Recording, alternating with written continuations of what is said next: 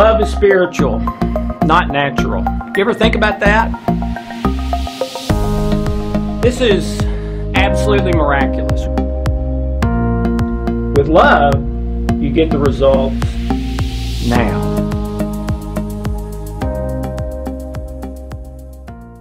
Hi, I'm Dr. Alex Loyd, and welcome to Deep Water. Today, we're discussing terrorism and asking the question, are you a closet terrorist? So let's get started. I will never in my life forget, I was a much younger man then, and we lived in, that was 2 houses ago where we were living when the 9/11 occurred and the bombing of the World Trade Center towers. And like everyone else, it was like nothing I'd ever seen in my life. It was something I really never thought I would see on American soil. Maybe no good reason for thinking that, but I did. And it was just, you know, the old expression, you know, my jaw-dropping. I'm sure I was standing there with my wife Hope watching the TV. I just can't believe it. I just can't believe it. I'm not sure we should be that surprised. Terrorism has been around since the dawn of time. It will probably be here forever. There are ancient manuscripts that talk about there always have been and always will be wars and rumors of wars. It's, to me, really part of that spiritual struggle between living your life in self-interest, which is where terrorism, wars, and things come from, versus trying to live your life based on what's right and in love. But there's a lot of circumstances, there's a lot of factors that come into play. If someone has been brainwashed, like cult brainwashing, or brainwashing to the point almost of programming, which we know happens fairly regularly, and they commit a terrorist act, are they responsible for it? Or is it just whoever does it is responsible and that's it? I don't think it's quite that simple. I remember one of the most enjoyable book signings I've ever done was at a maximum security prison. One of the best groups I've ever had, the best questions and response. I mean, it was a wonderful, wonderful day for me. And one of the interesting things that happened is that there was a imam there, kind of the preacher or pastor for Islam, Muslim faith. And he was doing a thing there too. And so during some of the down times, you know, we would talk. And he was a very nice man. I liked him. I felt like we kind of hit it off. And I remember one of the dead times toward the end of the day, and we had started to talk about, you know, some religious issues and things like that. And I asked him, and I told him, you don't have to answer this if you don't want to. I'm just ignorant and curious. And I said, do you believe, based on your book, that you are supposed to kill me? And his face completely changed from anything I'd seen that day. It wasn't anger. I don't know how to describe it. And after a long, long pause, and I thought he wasn't going to answer, and I even reminded him, now you don't have to answer that. And he said, no, I will. And here's what he said. Yes, but I promise you I'm not going to. Remember, my question was, do you believe according to your book you're supposed to kill me? His answer, yes, but I promise you I'm not going to. And my response to him is, I believe that what my book says to do and what I'm supposed to do is to love you regardless, no matter what. And he teared up at that and held his hand. I thought he was going to hug me at first, but he didn't hug me, but a very warm, kind handshake. He also told me that day, we were talking about terrorist attacks, which he was completely against, and speaks against and everything else. But he also told me that day that one of the real problems in America is that if a Muslim finds out that they have a terrorist in their midst, or that there's about to be a terrorist attack, in the average situation, they will not tell the authorities. And the reason, I was told, is because they know if they do, themselves, their family, and everyone they love and care about will be killed for doing that. So they try not to help them any more than they have to, but they virtually never report them out of fear of reprisal. In fact, he said they could kill the whole congregation for, you know, if they were betrayed out of that congregation. So it might mean many people being killed by their own people.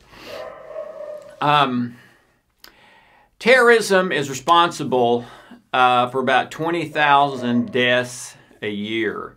And sometimes that goes up to 35 or 40. Some years it's down to 10 or 12. There were several years in the last 10, I believe, where it was around 10 or 12 or 14. But then there were several that were over 30, which means about 1 million people over the last 50 years have been killed by terrorism. I would guess the wounded number would be at least 2 or 3 times that. 1 million over 50 years, probably 2 to 3 million injured over 50 years, maybe more. And that's ones that we know about. There's others that in the research I did are unknown.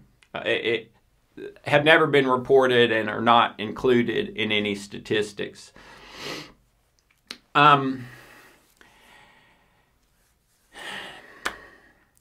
When Hope kicked me out of the house after about 1.5 years of us being married, I was in my 20s, and she said, "I need you to leave the house. I can't stand with you. I can't stand to live with you another day." And I left, and we ended up getting back together later. Been married 34 years now.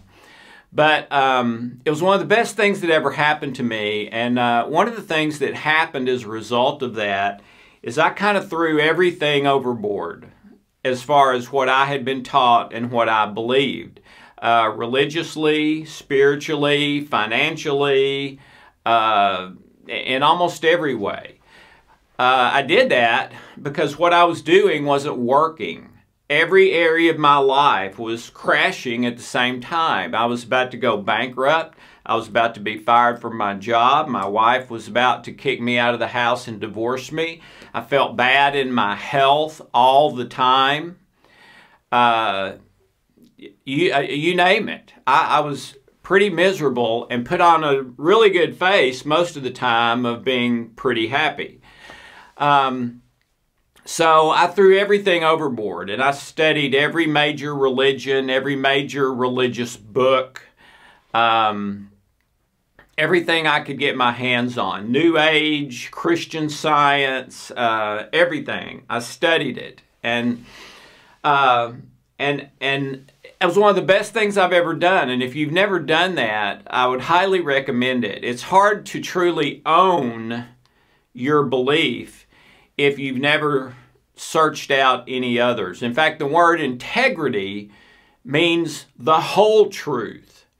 And Solomon said, more than 3,000 years ago, considered by many the wisest man who ever lived, always be open and searching for new things. Okay? We get stagnant and we start to have problems and die. But anyway, the conclusion I had over that is that was this. The life I would want to live and would feel would be the most successful life I could ever live, and I was thinking about from this place of everything crashing at the same time, was a life of love, a life of passion, a life of what is right, not what I believe is wrong, a life of being focused on and helping and befriending others. Not just thinking about me all the time, which is the way I had been living. Me. And it had gotten me in this hole. And pretty much every system I found of religion or worldview or whatever had one thing in common. And it was this. You need to discipline yourself to live the right way, and the right way is if you do good, you get good. If you do bad, you get bad. Okay?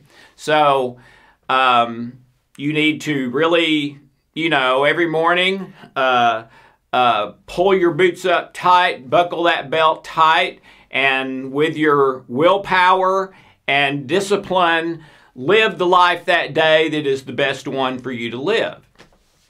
Well, problem was that's exactly what I had been trying to do all my life. I was raised being taught those things. I could not do it.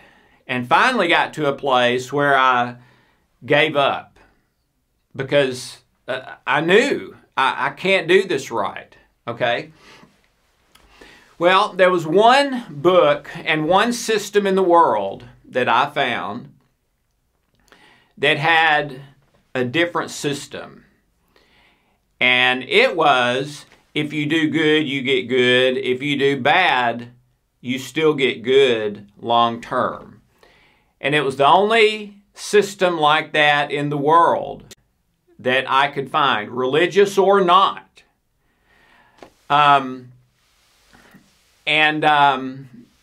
So at the end of my quest, that's the one I chose, first of all, believing it was the one that was true.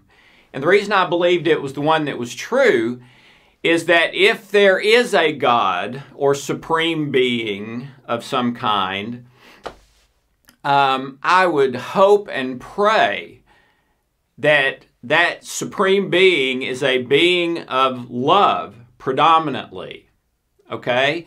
Because I believe the most intelligent, the smartest, the by far best way to live is that way, by love. And I know from biological psychology and biological medicine that the only way we work right as a body, mind, spirit, human being person, the only way this machine works right is if I'm living that way, in love, trying to do what's right. If I'm focused on myself, which we call pain, seek pleasure and avoid pain. We call it action-reaction. We call it stimulus-response. We call it karma. We call it reap what you sow. When you're living that system, that's when your brain keeps flipping the stress switch, which suppresses your immune system. And it's not will you get sick, it's when and what's the first place that'll break. Okay? So the only way we work right is if we're living with an intention of love and what is right and what is true. Okay, The problem with that is if we just evolved, you know, from the goo in the pond, that there's no way we'd be programmed for love. We would be programmed for survival of the fittest. Because that's what that system is. The evolution we evolved from, that is survival of the fittest. That's the name of the system. Okay? And that is make sure I've got what I need. Well, we know from examining the body, we malfunction when we live that way. And we function correctly and live to be 100 and are happier and make more money and are more successful. I mean, you name it, when we try to live this way. Okay? So, to me, that's the one that had to be true because there was only one in the world that said, this is the system. The others said, this is the system. All of them. Every single one. I found one that taught this system as far as this is what you want in life, but this was how you got there. And no way that'll work. Okay? So, so I came out of there with what I thought was the truth, that there was a God, there's one God, He is love and built us to love, and His system is if I do good, I get good, but if I do bad, I still get good, because that's what love would always choose for the object of its love, to get good in the end, no matter what. Okay? Well, terrorism goes directly against that. The definition of terrorism is the unlawful or harmful use of force or violence to coerce in order to obtain an objective. Let me read that one more time. The unlawful or harmful use of force or violence to coerce in order to obtain an objective. How does that fit with love and truth? It doesn't at all. It goes against it. And the imam that I talked with, I know the dilemma that he's in. I really do, because that was one of the religions I studied. Most Muslims say, you know, we are about peace and we want peace and love and all that stuff. The problem is their book says both. Their book says to kill, and it talks about peace. And I believe that's why it's splintered. That the majority believe the peace and try to live that, but some believe the violence and killing, and that's the way to paradise. That's the way to heaven, and maybe the only way to be sure of getting there.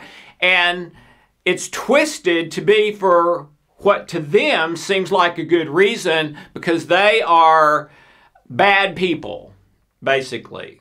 Okay? Where the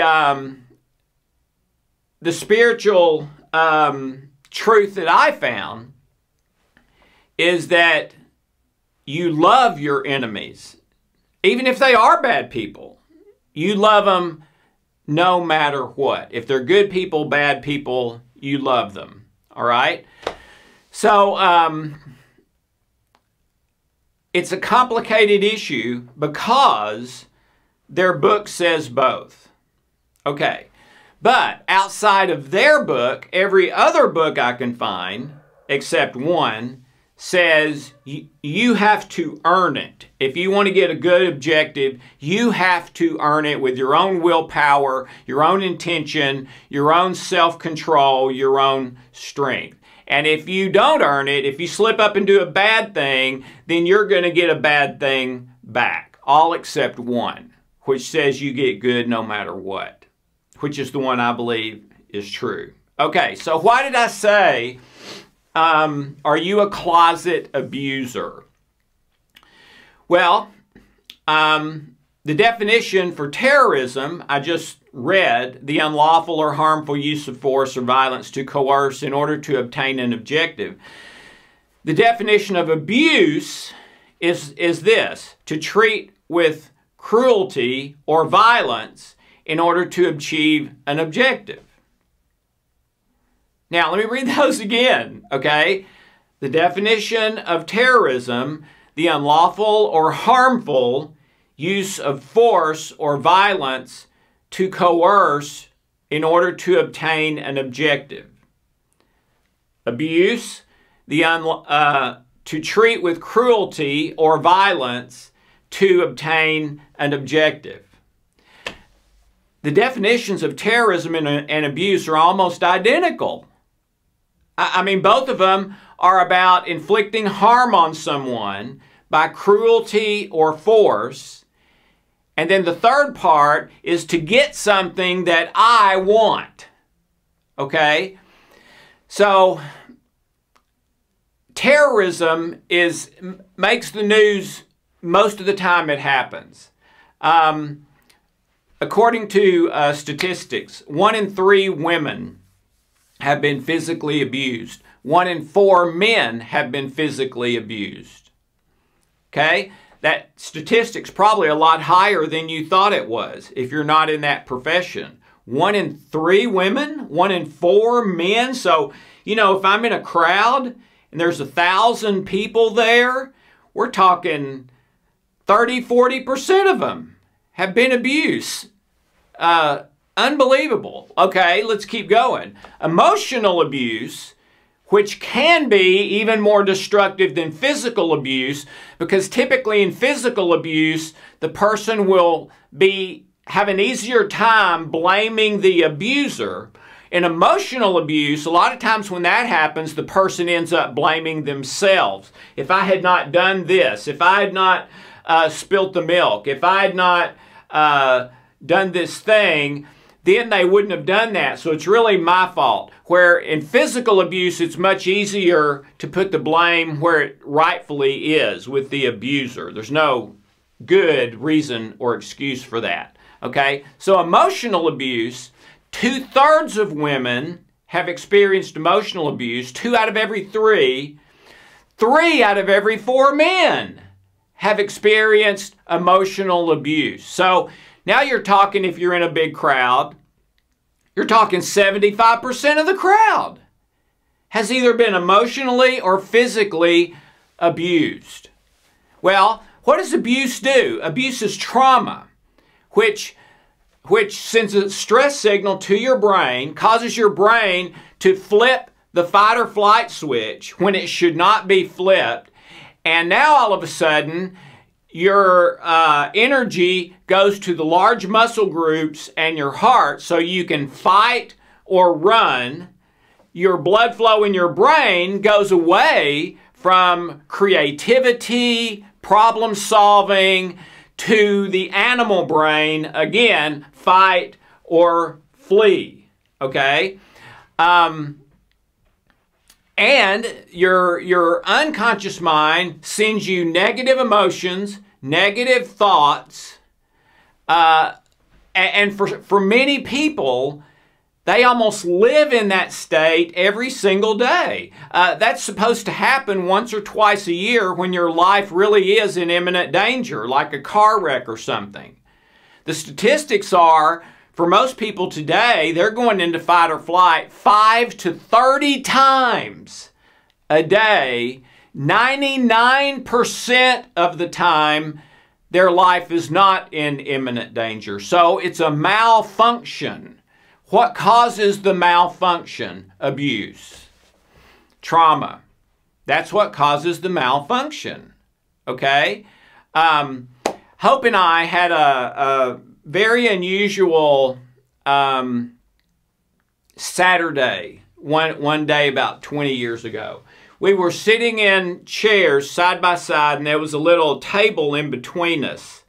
And we were reading books, reading the paper, something like that. And Hope reached over and pulled out the top drawer of the thing and screamed. And I mean, she screamed what the expression I've heard, she screamed bloody murder. She screamed like somebody was trying to kill her, all right? And I looked over at what she was screaming about and started laughing, which I probably should not have done, but it was my first reaction. I started laughing at what she was screaming about, okay? And it took her the rest of the day to kind of come down from that. Later in the day, I saw a single rose and started to cry, and Hope was like, oh, that is so beautiful. So in two situations, we looked at the same thing and had the opposite response. Okay, screaming, laughing, very sad, crying, and happy and uplifted. Okay, so what was it? Hope pulled the drawer out, and it was Harry's rubber snake that did not remotely look like a snake. Okay, the rose was on my mother's coffin the last time I saw her at her funeral, which was the last red rose I had seen. Okay? See, we're programmed by our experiences, and the trauma experiences are protected and highlighted all the time. Why? Because it might be something life-threatening. It's part of our survival instinct, but our memories have devolved over the years instead of evolved. Every generation has its traumas, which almost always have a lie in them, and they get passed down to the next generation that adds all their traumas and then pass it on to the next generation. And we've gone from going into fight or flight once every 6 months to 5 to 30 times a year, which puts us into stress all the time, which makes us feel bad. And when we feel bad, we tend to act bad toward other people. Okay? So about 75% of everyone in a crowd has either been emotionally or physically abused, and that's part of their programming. And if that has not been healed or fixed, that is a very probable malfunction somewhere down the road. Well, what kind of malfunction? To abuse others. The abuser abuses. The anger tends to beget more anger. Okay? And we tend to repeat patterns. All right? So, a closet terrorist to me is an abuser. Someone who physically or emotionally, let me read it again, treats someone with cruelty or violence. And let me tell you, yelling names, cursing, belittling, extreme criticizing, that is violence. That is absolutely violence. Unlawful or unharmful use of force or violence to coerce someone else in order to obtain an objective. And sometimes the objective may just be letting me feel better or blow off some steam. Okay?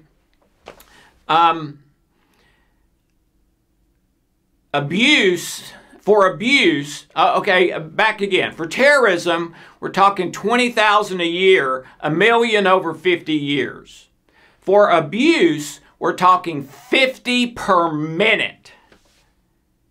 There are 50 abuses happening every minute, either physical or emotional. 50. There's one helpline call, I think, manned by the government, that receives 20,000 calls a day. 20,000 a day. And most people don't call. In fact, 2/3 of people who have been abused physically or emotionally never get help. But the majority of them grow up and become abusers themselves. Okay, so what's my point? my point is terrorism is a horrible, terrible thing. I'm against it. Almost everyone I know is against it. I think the reason that we have it is because even the people who are experts in that particular book disagree. That one expert will say, yes, we're supposed to do the violence. Another expert will say, no, we're not. Okay? So I don't know that we're ever going to get that figured out except to try to protect ourselves as best we can, which I believe we should do. Okay? The loving thing to the terrorist is not just to let them go ahead and terrorize. The loving thing to the terrorist is to stop them from terrorizing if you can. Okay? Because it's not good for them to kill 1,000 people with their bomb. It's not good for them to kill 20 innocent children. All right? If they live, it'll haunt them the rest of their life. I promise you, I've counseled those people for 30 years. Okay? So the loving thing to me is to keep them from doing those things for our sake, for their sake. It's a win-win-win. All right? But what I think we've got to start paying more attention to is that 7 out of 10 people have been abused by what I call closet terrorism. 2/3 of them have never had any help for that. So it's causing malfunctions in their thoughts and feelings. And I just promise you, those malfunctions in their thoughts and feelings are later in their life going to turn into either cancer or a gallbladder problem or abusing someone else, causing harm and pain, emotional or physical abuse to someone else. All right? So what's my point? My point is we need to start talking. We need to start using some of these wonderful new methods that can heal a lot of this stuff in minutes and days and weeks, not months and years. We need to take it seriously. If you have negative thoughts and feelings a lot, that you're not supposed to have that. All right? If you are living in a situation, in a paradigm where you believe if I do good, I get good, if I do bad, I get bad, then please know you are living in a seek pleasure, avoid pain paradigm. Karma, you reap what you sow, action, reaction. There is another possibility, and it is a system where if you do good, you get good. If you do bad, you still get good. All right? And that's the way our bodies work. It's not just there's a system that says that. That's the way we work as humans. And that's what love would do if there is a God and He is or is predominantly love, love would always choose that for the object of its love. And that's how we're built. And that's also what the book says. Okay? So, please do some prayer, meditation, thinking.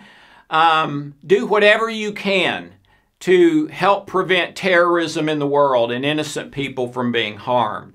But be aware of closet terrorism, of emotional and physical abuse that has almost the identical definition of terrorism and a very similar effect as terrorism. People dead, people not dead, but traumatized by the abuse, giving them negative thoughts and feelings, causing them to malfunction in their life and hurt other people. Okay? So let's become much more aware of closet terrorism, of emotional or physical abuse, which of course is any sort of physical violence, even grabbing hard, that sort of thing, but also emotional, belittling. And you don't have to raise your voice to abuse. Okay? Belittling someone, extreme criticism over and over and over and over and over, negativity just constantly, They say that the average child needs 10 positives to every negative in order to not grow up and be an abuser themselves, someone who emotionally or physically abuses themselves because of the malfunctions, all the negativity. We're built for 10 positives for every 1 negative. The stats say the average child today is getting 10 negatives to every positive, and in many cases 20 negatives to every positive. So in one sense, why are we surprised that terrorism is on the rise and violence is on the rise and all this sort of thing when we tend to be having more closet terrorism, emotional and physical abuse behind closed doors than ever before, more and more and more. So do not ever settle for that. Do not ever put up with that, okay? When it happens, there's a reason. It means there's trauma and abuse possibly inside that person that's got to get healed.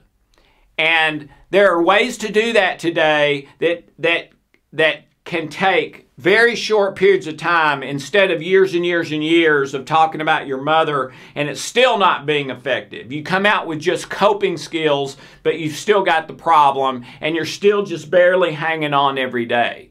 Okay? So, this week, I would encourage you, test yourself and test the other people we're around. Carry around a piece of paper. You could probably do this on your smartphone or iPad. And keep track of how many positives you say a day and how many negatives you say a day, and to which people. You can be more negative to one person than another, okay? Keep track of that. And then the people that you're around, as far as your interaction with them, and I wouldn't tell them about this or they'll change, okay? You want to get an honest temperature here. So the people that you're around, keep track of them. How many negative things do they say to positive things, all right? And the latest statistics of adult relationships are, in order for that relationship to just be okay, not fabulous or wonderful, but just okay, we need at least 5 positives to 1 negative in adult relationships. So track that and see where that is for you with other adults. See where it is with you and children, if you have children. See where it is with your children. If they're 8 or 10 or 12, they're already predominantly programmed by you. What's their positive to negative ratio? And anything that is below 5 to 1 for adults, 10 to 1 for children, invites the possibility that they will become closet terrorists and will hurt other people later in their life, because they'll be having negative thoughts and feelings from their unconscious, from being in stress all the time, and those negative thoughts and feelings cause us to be negative to people, to criticize, to when they do something that costs me money or causes me more work, for me to be angry, okay? And anger is sort of the diagnosis for this, okay? If when you don't get your way or something goes the way you don't want it to go, do you experience something in the anger family? Anger, irritation, frustration, resentment, bitterness. Google all the negative emotions related to anger. There's a bunch of them. If you experience any of those when you don't get your way or something goes the way you did not want it to go, or extreme anxiety, you are probably a closet abuser, a closet terrorist. You are probably hurting people that you're around, because that anger and extreme anxiety causes us to act toward ourselves and others in a negative way. And if we don't act that way, we're just barely trying to hang on inside to keep from doing it, knowing it's wrong and not wanting to hurt, but inside full of just absolute turmoil and trying to live a way different than what you feel. Well, if you heal these issues, these traumas, these abuses, and again, there are tools like Trilogy that can heal these issues usually very, very quickly, minutes, days, weeks, not months and years, and you don't have to go to a counselor or therapist or preacher and go through years of stuff, okay? But then, once you do that, I would recommend start living the system that says the way we are built, okay? Love and what's right. And you get good long-term no matter what you do, because God is love and that's what He wants for me and for you, okay? And then make a decision, a commitment to live in love and what is right as best I can every single 30 minutes. Okay? I used to say forever, but that overwhelmed people. So don't worry about forever, just the next 30 minutes. Do what is loving and what is right in the next 30 minutes. Okay? And I do believe some of the terrorists who, you know, strap bombs to their bodies and drive airplanes, knowing they're going to die too. Some of that is probably cult programming. And some of it is they know they're going against their conscience and it's about to kill them inside. But they do it anyway because of the influences of the group that they have and their fears and things of that nature. But some of them probably too have been very successfully cult programmed to where they just feel sort of numb, but they think what they're doing is right, okay? But all of us know it isn't, that is a lie. And many people who use the same book they do say that. But do what you can on terrorism, but on closet terrorism for hurting, harming people around you in order to achieve something for you, some self-interest. Man, that is really terrorism too. So do you do it? Take a account of you and everyone in your family. Take account of the people at work. Just start thinking that way, okay? And think, man, I don't want to do this. I want my ratio to be 10-to-1 to the positive with everybody. My kids, my wife, the mailman, people at work, everybody. And I promise you, within 40 days, that will totally change your life. If you make no other change except that, I want to have a 10-to-1 positive ratio with everyone in my life, including me, and just see what happens. You'll be a different person in 40 days. Now, a lot of you will not be able to do that because your internal programming to the negative is too strong. You've got too much trauma, too much abuse. So you need to heal some of that first. But once that's healed, you will be able to do that. Not perfectly, but better and better all the time. And the happier you'll get, the healthier you'll get, the better and better our families will get, our cities, our country, the world. If we would just shift to that one thing. Let's get a minimum of 5-to-1 positive ratio with adults, 10-to-1 with kids, no negative ratio with anybody. If I've got a negative ratio where I'm more negative to them than positive, man, I need, before the sun goes down, I need to make that one right. Because I promise you it's hurting you, the abuser, the one creating the trauma, the one being negative, it's hurting you more than anyone else. Okay? So, love, not terrorism. Be against and prevent and help the people that were harmed with terrorism as best you can.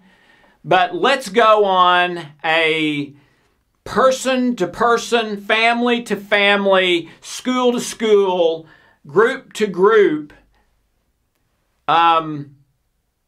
journey against closet terrorism, against physical and emotional abuse, against having a negative positive to a negative positive to negative ratio in your interactions to yourself and other people. They've got to be positive and need to be at least 5-to-1 for adults, 10-to-1 for kids. Okay? So, again, if your ratios are negative, chances are you're a closet terrorist. You're an abuser. You're creating traumas in the lives of other people that are going to hurt them, maybe even their health, cause their thoughts and feelings to be more and more negative, and for their life to get worse, not better, because of you.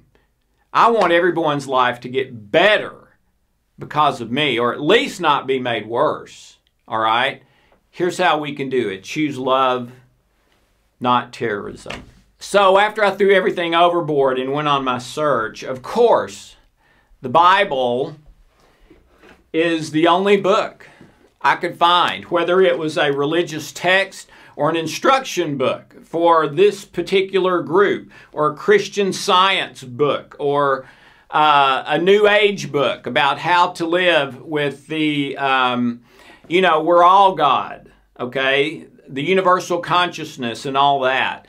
Even those are basically, you do good, you get good, you do bad, you get bad, okay? It's called karma. It's called the law of attraction, all right? The only one that doesn't is the New Testament of the Bible, which says that God paid the highest price to purchase grace for me and for you, so that if you do good, you get good. If you do bad, you still get good long term no matter what. There's therefore now no condemnation to those who are in Christ Jesus. And Romans 7, Paul talks about either doing something that's just a mistake or wrong, or sinning regularly. He says, I do what I don't want to do, and I don't do what I do want to do, and I do it over and over and over. I don't understand my own actions. But then, here comes the grace. When that happens, it's not me doing it in God's eyes and book. So no negative check under me for the sin I just committed, because it was paid for 2,000 years ago by Jesus. It belongs to who paid for it, and it does not have to be paid for twice, and I'm not involved in either one of those. So it is not my sin in God's eyes. That's grace. Well, of course, if there's no sin, there's no punishment for it. That's the miracle of grace. So how are we supposed to live our life? Jesus was asked, what's the greatest commandment? Number 1 is love. Number 2 is love. And if you do those, you've kept the whole law. And against such, there is no law. John said, you will know them by their love. Those who are followers of Jesus, you will know them by their love. And the wonderful passage, think about these things. What is true, lovely, excellent, worthy of praise. Think about these things, okay? Well, if you are doing what those passages say to do, you will be giving your children a 20-to-1 positive to negative ratio. You will be giving adults a 10-to-1 positive ratio to negative ratio or more. You will be a loving effect and impact in their life, to the point, as John said, that they should say, man, there's something different about John. Man, what a great guy. I mean, I mess up a good bit, but all I ever get from him is encouragement and positivity and really love. Man, how does he do that? Okay? Well, we do it. Not in our strength, but in his. Wait on the Lord, Isaiah. and exchange my strength for his strength. That's what the literal passage says in the original language. Wait on the Lord and exchange my strength for his strength. And then I will mount on wings of eagles, run and not grow weary, etc. It's his strength. And the fruits of the Spirit are love, joy, peace, patience, kindness, goodness, faith, faithfulness, which is being obedient, right? Well, the faith is God's faith. It comes from the Holy Spirit. It's not my faith of, okay, I got to do this. Now, yeah, I need to have that as what I want, and that's what I'm going to try to do, but I can't do it right in my own strength. But God gives me his strength, his faith, his love. All right, so I'm sorry to say that in churches and religious organizations, the statistics for closet terrorism, emotional and physical abuse, aren't any better than the rest of the world. They're the same. Which to me makes me believe that a whole lot of us are not living what we say we are. We say I'm a Christian, or we say I'm a believer, but yet behind the closed doors at home, we are causing emotional and physical traumas to children, to our spouse, etc.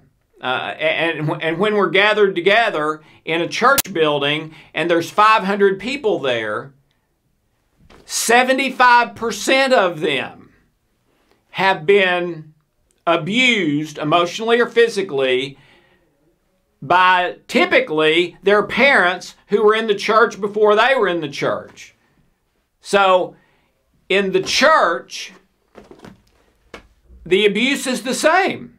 1 out of 3 women physical, 1 out of 4 men physical, 2 out of 3 women emotional, 3 out of 4 men emotional.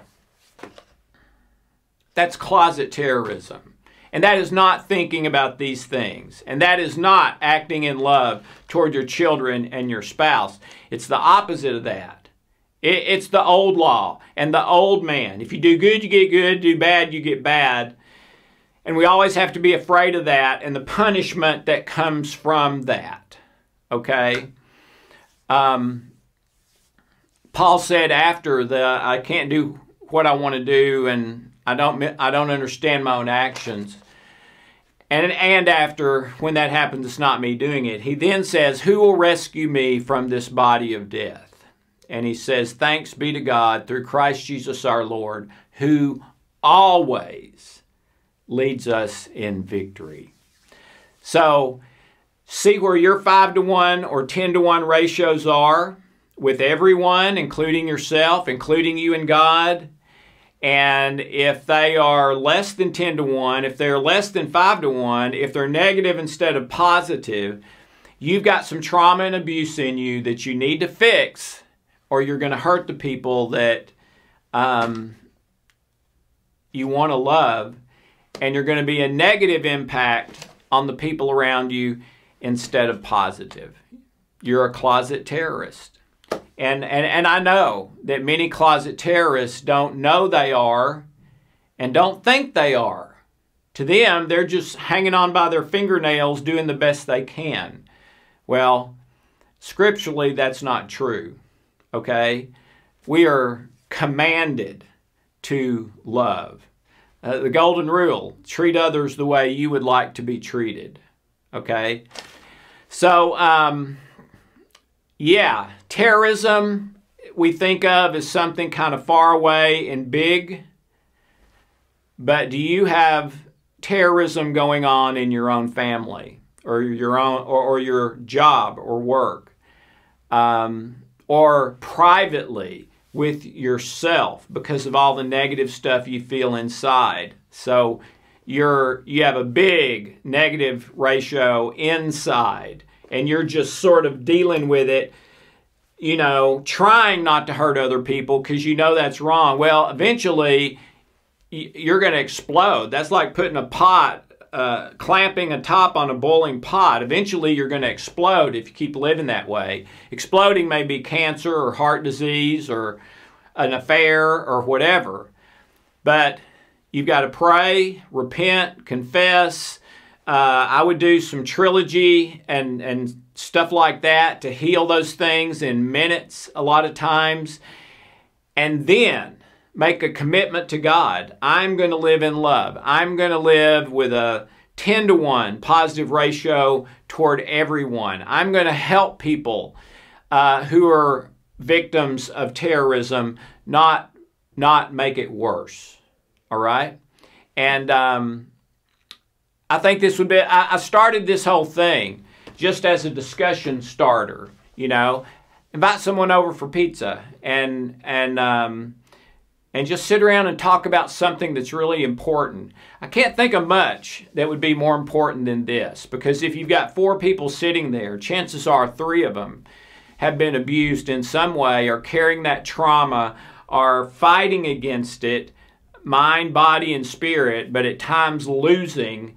You could really be a huge help to each other and heal those things. So let's start talking about closet terrorism and eliminating it in our world and your world, wherever you are.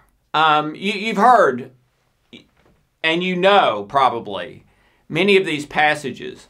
Let not a word come out of your mouth that is not for edification, encouragement, and building up of others. You hear that? Let not one word. Why? Because it does damage. It's the opposite of love. It hurts. It causes health problems. It causes emotional problems. It causes a person to feel like they are less than they really are, the wonderful, perfect creation of God. Okay? Let not one word. How many words have come out of you that were negative, critical, whatever, in the last week, in the last month? All right? How many of you can say, I've never let one word come out of my mouth that did anything but build up or encourage or was positive to another person? Very few people can say that. But boy, what a great ambition and something to work toward. Here's one I love. Out of the abundance of the heart, the mouth speaks. So the person who is committing closet terrorism, they've got heart problems. They've got memories, thoughts, feelings, beliefs about themselves, typically, in their heart that are causing them pain, flipping their stress switch on, which sends them negative emotions, negative feelings, negative thoughts, and then out of the abundance of that negative, they speak negative toward another person, and it hurts them. And now they put new negative programming in that person that they've got to deal with, and sometimes from now on, or years. Okay? So, if you have a lot of that come out of your mouth, you got heart problems. You need to get some of those tools and start to fix those heart problems. And the more you heal your heart, the more and more positive, loving, kind things will come out of your mouth. Okay? I already mentioned the passage about think about these things. Well, there are some people, and I've counseled a bunch of them, it's impossible for them just to think about those things. They try to over and over and over. They print it out or put it on a Post-it note and take it with them, but they've got so much junk in their heart, it just overpowers it, and the negative comes out. Well, you got to heal that negative, and it can through prayer, through confession and repentance, and through using some of the tools like trilogy that can pull the lie out of those memories. And the negative thing that turns into an abusive thing is always a lie. It's always the perception of the thing. Yeah, our house burned down, that's true, but because our house burned down, I'm never going to be safe anywhere again. Well, that's the lie. I'm never going to be safe anywhere again. No way you can know that. And chances are it's not true. All right? Yeah, it's true the house burned down. But this part, you're believing a lie that's causing anxiety in you when there's no reason for it. All right? The last one, and I've already mentioned it once, and the thing that is supposed to make us different and very recognizable, love your enemies.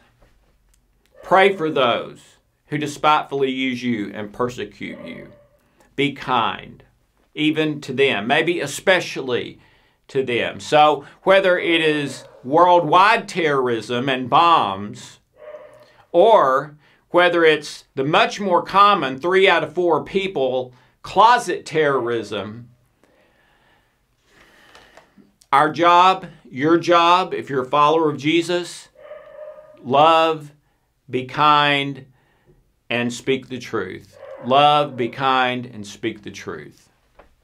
And some people use the truth as a weapon. You know, you did this. No, no, no, no. God says speak the truth in love, which means kindness. Kindness comes from the root of love. Speak the truth in love, not speak the truth in abuse or negativity or terrorism or to pound someone and make them feel bad and hurt them. No, that is wrong. That is not biblical. Okay? So speak the truth, yes, but in love, which means kindness. All right? So that's how simple it is. Now, I did want to say, okay, I'm listening to this, and this describes me. I mean, I'm the closet terrorist, although I don't want to use that word. I'm the abuser. I'm the one that's been hurting people all over the place. Hey, that's okay. Jesus died for you too. And yeah, those things maybe, a lot of them were wrong or sins, but they've been paid for by Jesus at the cross, all right? So that is great news. So how about this? How about you change that? Okay? So go repent and confess to God, to people that you've hurt. Part of the AA thing, go make amends, all right? That's not for them. That's for you, okay? And then ask God to forgive you. Ask the people you have hurt to forgive you.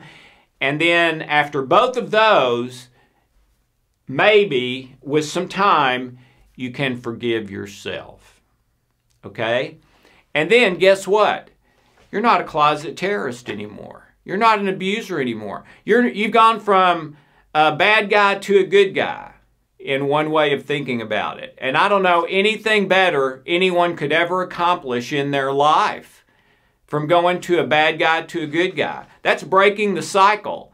1 in 100, 1 in 1,000 people ever truly break the cycle. You go from a closet terrorist to someone who loves and is kind and encourages and builds up other people. You've just gone from a bad guy to a good guy or girl. And if you never accomplish anything else the rest of your life, that is way more than most people accomplish. And you can feel great about that. And I believe God feels great about that every single time that happens. That's what happened to Paul. He was a major bad guy. He was killing Christians and had a transformational experience, repented, confessed, I'm sorry, I'm going to try to, and became a major good guy. One of the best good guys of all time. You can do that for your family, for your company, for your friends, for yourself. So let's start eliminating all terrorism, both world terrorism and closet. But the closet, man, 3 out of every 4 people. Be an agent of change in that area. And let's start talking about it. Have a wonderful, blessed day.